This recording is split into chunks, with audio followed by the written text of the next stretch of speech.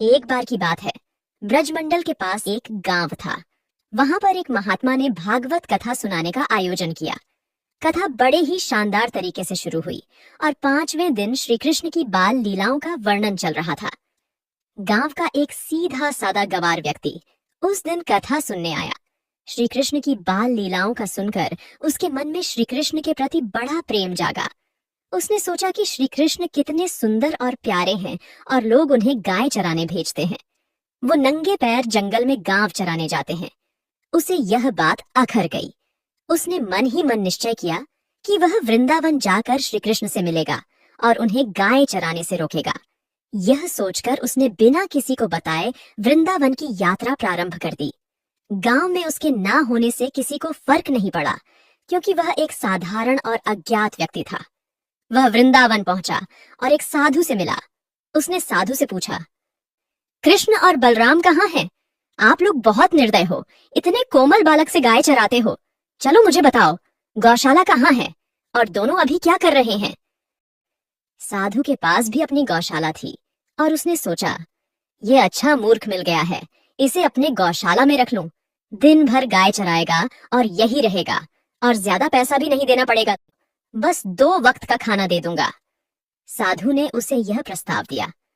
अरे भाई, आज से तू मेरी गौशाला की गाय चराने जाना, कृष्ण को नहीं भेजूंगा। वह व्यक्ति खुशी खुशी इस प्रस्ताव पर सहमत हो गया। कृष्णा जैसे कोमल बालक को आप कोई भी काम करवाने मत भेजिएगा, आज से सारा काम मैं कर दूंगा। इस प्रकार वह व्यक्ति साधु की गौशाला में रहने लगा और गायों को चराने का काम करने लगा। उसकी दिनचर्या बन गई, जिसमें वह प्रतिदिन गाय चराने जाता और साधु उसके लिए भोजन का प्रबंध करता। एक दिन जब उसे भोजन देने कोई नहीं आया, उसने एक अद्भुत दृश्य देखा। उसे एक सुंदर बालक दिखाई दिया जिसने पीतांबरी पहनी थी, जो उसके कल्पना के श्री कृष्ण के बाल रूप से मेल खाता था। बालक उसके तरफ आ रहा था। उसके रूप को देखकर व्यक्ति एकदम मोहित हो गया। अरे कहनैया, मैंने पंडित जी को मना किया था ना कि तुम्हें गाय चराने ना भेजे, और फिर भी उन्होंने तुम्हें भोजन देकर भेज दिया। चलो अब भोजन मुझे दो और वापस चले जाओ। तुम इतने कोमल हो, अगर जंगल में तुम्हें एक कांटा भी चुभ गया तो बहुत तकलीफ होगी। उस सीधे सारे व्यक्ति ने बाल गोपाल को डांट कर वहां से भगा दिया। भागते भागते श्री कृष्ण की पीतांबरी वहीं गिर गई। व्यक्ति ने पीतांबरी उठाई और शाम को जब वापस लौटा तो उसने साधु से क्रोधित स्वर में कहा, महाराज, मैंने तो आपसे कहा था ना, कृष्ण को आप गाय चराने नहीं भेजेंगे, और फिर भी आपने उसके हाथ मेरे लिए खाना भिजवाया। यह क्या बकवास कर रहा है तू? तब व्यक्ति ने बाल गोपाल की पीतांबरी साधु को दिखाई। पीतांबरी देखते ही साधु ने हाथ जोड़ लिए और समझ गया कि यह व्यक्ति वास्तव में श्री कृष्ण का एक निष्ठावान भक्त है। इसलिए साधु ने उसे गोसाई जी के पास ले जाने का निर्णय लिया। गोसाई जी, जो बांके बिहारी मंदिर के पुजारी थे, ने जब इस व्यक्ति को देखा तो उन्होंने उसकी सेवा के लिए उपयुक्त काम पूछा। यह क्या काम कर सकता है? तब साधु ने कहा, कोई भी छोटा मोटा काम दे दीजिए प्रभु, लेकिन एक बात बता दूं, यह बाल गोपाल का सच्चा भक्त है। तो फिर यह व्यक्ति बांके बिहारी मंदिर की रात भर चौकीदारी करेगा। इस तरह उसे मंदिर की चौकीदारी का उत्तरदायित्व सौंप दिया गया।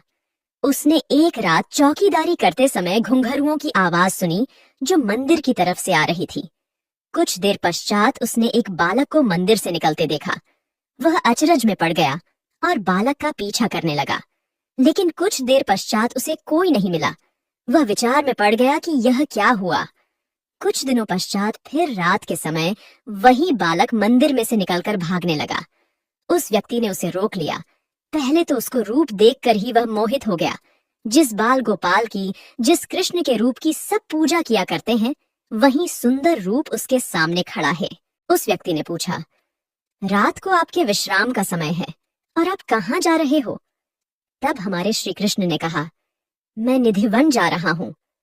तब उस व्यक्ति ने कहा, तुम इतने सुंदर, सुकुमार और कोमल हो, ऊपर से तुमने यह पायल, कंठहार और न जाने कितने अश्रृंगार की है।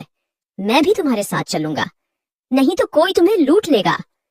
उसकी बातें सुनकर हमारे श्री बांके बिहारी मुस्कुराने लगे और उसके साथ निधिवन के दरवाजे पर पहुंचे। तथा उससे कहा कि मैं अंदर जा रहा हूँ, लौटकर आने तक तुम यही प्रतीक्षा करो। कुछ देर पश्चात उस व्यक्ति को बहुत ही मधुर बांसुरी की ध्वनि सुनाई थी। उस व्यक्ति ने तब बांसुरी की मधुर ध्वनि सुनी जिसने उसे निधिवन के अंदर खींच लिया, जहां उसने देखा कि श्री कृष्ण गोपियों के साथ रास लीला में मग्न है। उसने श्री कृष्ण के थकान भरे जीवन पर विचार किया। दिन भर मंदिर में दर्शन देते हैं, रात को यहाँ गोपियों के साथ नृत्य कर रहे हैं, तबीयत खराब हो जाएगी इनकी। देखो जरा, इसका रंग कितना काला पड़ गया है। वहीं दूसरी ओर श्री बांके बिहारी अपनी दिव्य लीला में लीन थे और नृत्य के उल्लास में उनकी माला टूट गई। उस व्यक्ति ने टूटी की माला के एक एक मोती को चुन लिया और अपने पास संभाल कर रख लिया। सुबह होने को थी और श्री कृष्ण निधिवन से बाहर आते हैं। वह व्यक्ति उनसे चिंतित होकर पूछता है, कृष्ण, आप कितने कमजोर हो रहे हो। दिन भर मंदिर में खड़े खड़े दर्शन देते हो, रात को यहाँ नृत्य करते हो। आराम कब करोगे? जल्दी से भवन चलिए और आराम करिए। श्री कृष्ण मंदिर में चले जाते हैं और वह व्यक्ति बाहर बैठा रहता है।